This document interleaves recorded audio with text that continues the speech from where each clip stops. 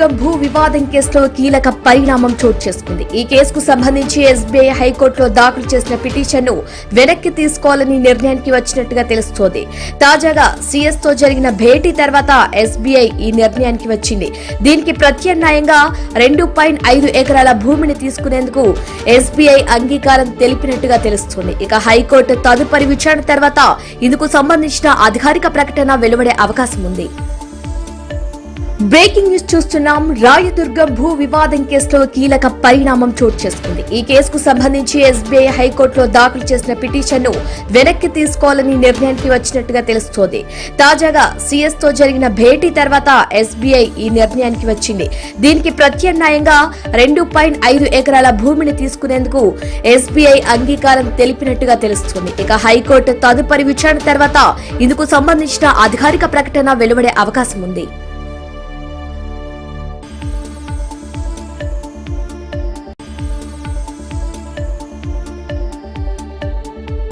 Breaking news చూస్తున్నాం. రాయదుర్గం భూ వివాదం కేసులో కీలక పరిణామం చోటు చేసుకుంది. ఈ కేసుకు సంబంధించి ఎస్బీఐ హైకోర్టులో దాఖలు చేసిన పిటిషన్ను వెనక్కి తీసుకోవాలని నిర్ణయానికి వచ్చినట్టుగా తెలుస్తోంది.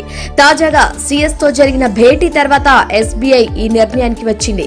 దీనికి ప్రత్యామ్నాయంగా 2.5 ఎకరాల భూమిని తీసుకునేందుకు ఎస్బీఐ అంగీకారం తెలిపినట్టుగా తెలుస్తోంది. ఇక హైకోర్టు తదుపరి విచారణ తర్వాత ఇందుకు సంబంధించిన అధికారిక ప్రకటన వెలువడే అవకాశం ఉంది. బ్రేకింగ్ న్యూస్ చూస్తున్నాం. రాయదుర్గం భూ వివాదం కేసులో కీలక పరిణామం చోటు చేసుకుంది. ఈ కేసుకు సంబంధించి ఎస్బీఐ హైకోర్టులో దాఖలు చేసిన పిటిషన్ను వెనక్కి తీసుకోవాలని నిర్ణయానికి వచ్చినట్టుగా తెలుస్తోంది. తాజాగా సీఎస్ తో జరిగిన భేటీ తర్వాత ఎస్బీఐ ఈ నిర్ణయానికి వచ్చింది. దీనికి ప్రత్యామ్నాయంగా 2.5 ఎకరాల భూమిని తీసుకునేందుకు ఎస్బీఐ అంగీకారం తెలిపినట్టుగా తెలుస్తోంది. ఇక హైకోర్టు తదుపరి విచారణ తర్వాత ఇందుకు సంబంధించిన అధికారిక ప్రకటన వెలువడే అవకాశం ఉంది.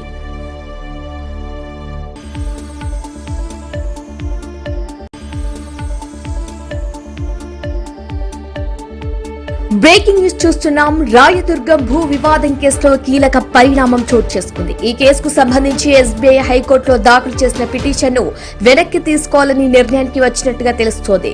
తాజాగా సీఎస్ తో జరిగిన భేటీ తర్వాత ఎస్బీఐ ఈ నిర్ణయానికి వచ్చింది.